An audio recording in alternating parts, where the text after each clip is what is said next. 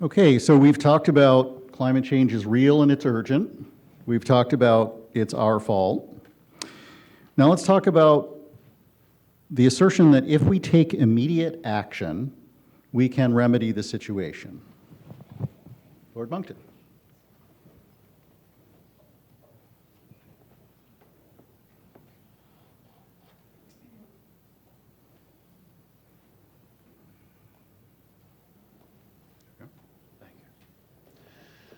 Well, now you know that only 0.3% of climate scientists published after peer review in learned journals actually consider that it is our fault.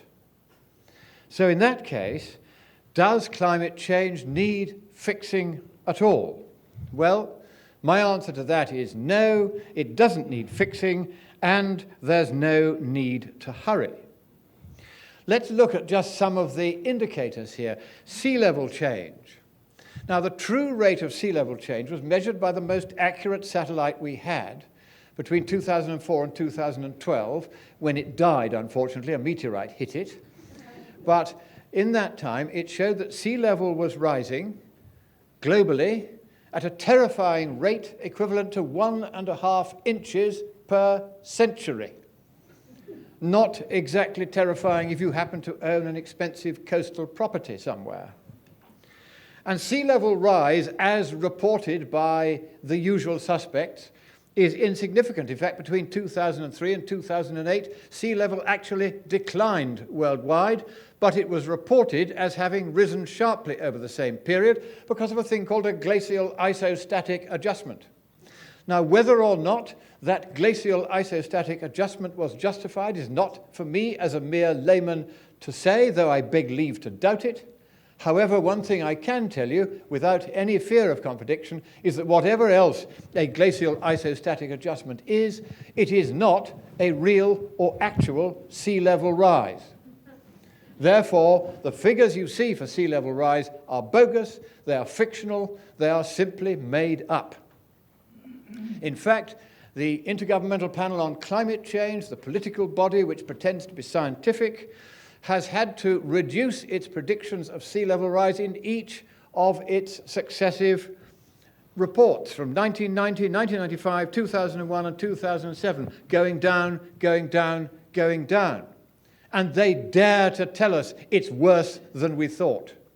Well, so it is if your grant money depends on pretending there's a problem which is plainly disappearing with each new measurement they take. Global sea ice loss is very small. In fact, if you had a heartbeat as regular as this, you would be regarded as a very healthy little planet. And the Palmer Drought Severity Index shows no particular change since 1900. So if they tell you drought is increasing in the United States or anywhere else, no, it is not.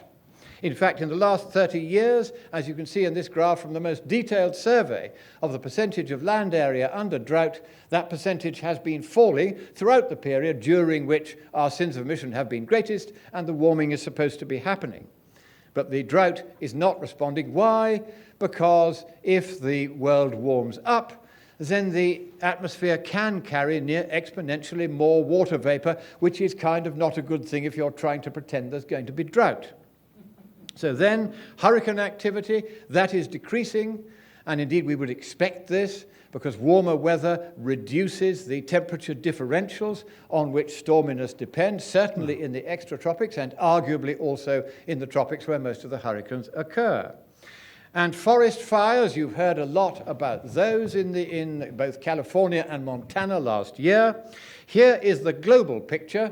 Forest fires, as you can see, the numbers of millions of hectares burned are declining with each new decade as the CO2 concentration rises and as, therefore, the moisture in the atmosphere increases, and, therefore, there is an inhibition which tends to prevent forest fires.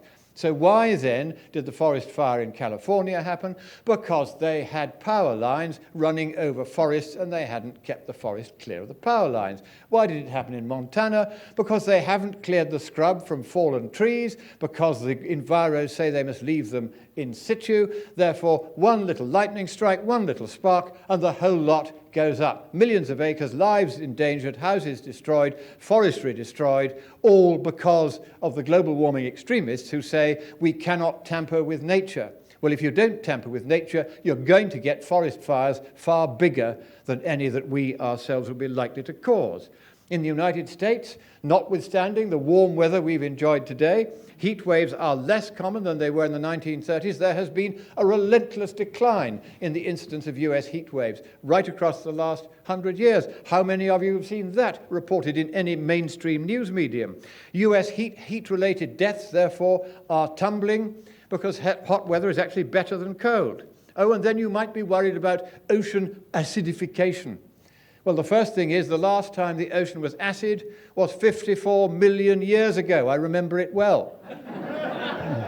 And it hasn't happened since, and under modern conditions it cannot happen because the oceans are powerfully buffered by the rocks in which the ocean basins lie. It cannot happen. Any reasonably competent geologist will tell you that. And that is why the ocean is bound to remain pronouncedly alkaline. The pH, which is the acid-base balance of the ocean, will change at the moment, even if you take the very few places where they've measured this for any length of time. They've never done a proper whole ocean survey because they know perfectly well it won't show that it's becoming more acid. But in one or two places, for local reasons, it is, but only at a rate of 0.2 pH units per century. They don't report that in the mainstream newspapers. And as you can see, acidification is really a totalitarian fad. What you've got going on here is they began writing papers on ocean acidification in about 2005, and then all the Me Too lefties piled in and said, let's all get some grants to write about this new supposed threat. But it isn't actually a real threat. And as for whether warmer weather is going to make matters better or worse for us, actually, the EU did a study hoping to find that if we had even 5.4 Celsius of warming over the next 80 years, and don't worry, that's not going to happen, even then they found that the net loss of life would be the other way around. There'd be a net gain of 94,000 souls because it's cold weather that's the killer, not hot weather. So therefore, it isn't going to happen, as they say. Most of the disasters they predict are simply not going to occur. So enjoy the sunshine.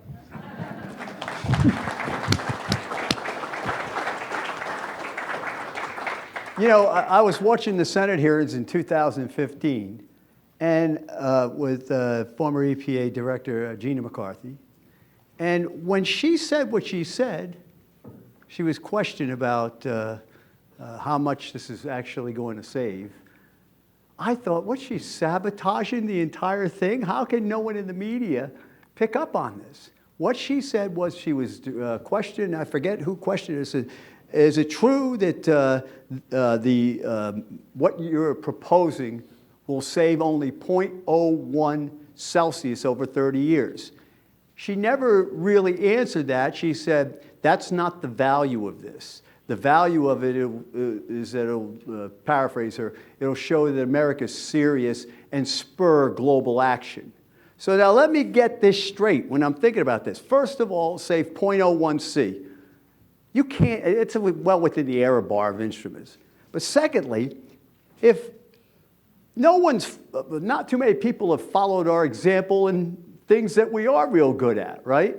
We're the greatest experiment in freedom of man that there's ever been. Yet look at how many countries aren't following that example at all. So what makes you think? I'll tell you, if I were sitting in China, I go, yep, well, I'll tell you, it's warming up. US, you cut every emission that you can get your hands on, right? The other thing is, too, is when you look at the cost. So the question, I believe, is, do we have to do something now? Or I believe that. Okay, what is the question exactly? I forgot. Jim, yes. What's the question? Okay, bingo. I actually remembered that. Listen, I'll tell you what, I'm losing. It's funny because my talks, they cut, you know, all of a sudden I'll go off on a tangent and then I have to ask the audience what the heck I was talking about. In fact, that's what just happened now. So, but if you look, for instance, CO2 is 0.04% of the atmosphere. That's 0.004. Man, human beings, have put in 0.001, 1/4 of that. All right, humans are responsible for. The evil United States is responsible for 15% of that. So I guess we're responsible for 0.0004015. Now, that's over the last 45 or 50 years. So if you divide that, the yearly amount of increase from us is 0.000000, I think, 33 or whatever the heck. I'd have to look at it. And then you have these states that are enacting climate policy based on that. Now let's divide that by 50, right? Each individual state. You take the state of Rhode Island, all right? The center of the White House over there. You are stopping 0.0000000066 increase in carbon dioxide. That's absurd. And again, it goes back to what Gina McCarthy was saying, that this is not really about actually saving the planet. Even AOC's chief of staff said, well, it's an economic plan. It's never supposed to be about climate. I have some extra graphs here. Who's against the greening of the planet? Okay, I get your hands. Are you afraid that more CO2 is going to turn things around the other way? The planet's getting greener by the day. I thought that was a good thing. You know, when I was a kid, I was a tree hugger. I really was. Well, the reason I was a tree hugger was the first Earth Day, 1970, I believe it was. We had a play at my high school, Mainland High School. And all the cheerleaders were dressed up as trees, and they were in the play. And I figured, I'm going to become a tree hugger. I'll tell you what, we're putting CO2 in the air. Trees are starting to hug people. All right. Now, I think I got into this before. So do we need to do something now? How come warmer times were always climate optimums? Why is it not why is it a climate emergency now? All right. Does anybody see any linkage between CO2 and temperature in this chart? And that's why a lot of geologists don't believe this at all. You talk to most geologists, now, they're never included in the surveys. This is like what, remember those coffee table books where you had to cross your eyes to see the pattern? I guess that's what you got to do with that. Greenland, all right? Greenland's supposedly a canary in the coal mine. It's been warmer before. There's a hockey stick at the end, all right? Now, I don't think I have time to do this, but I'll get into this whole water vapor thing and what I call the distortion of warming, and why the reason it could actually lead to less tropical cyclones is because the warmer it gets, you're going to change the global wind oscillation, for one. The mean surface pressures change, and you don't like low pressure to the north. If you're a storm coming out of the south, it ruins the convergence, okay? So I was just going to get into that example because hurricanes are being weaponized. I mean, in 2016, you had a tropical wave that took 11 days at the height of the season to develop into a hurricane in the Northeast Gulf, or mean, Category 1, and what does Hillary Clinton say? This is a sign of global warming. What, an actual hurricane, right? During hurricane season, that's even worse. But no, any action we take now is strictly a show, all right? And you go back to 2015, I believed Gina McCarthy then, I believe her now. I just can't believe that no one in the media picked up on that it was only 0.01 C, or as President Obama said, 0.03 C over a century, right? Anyway, okay, that's it for me now.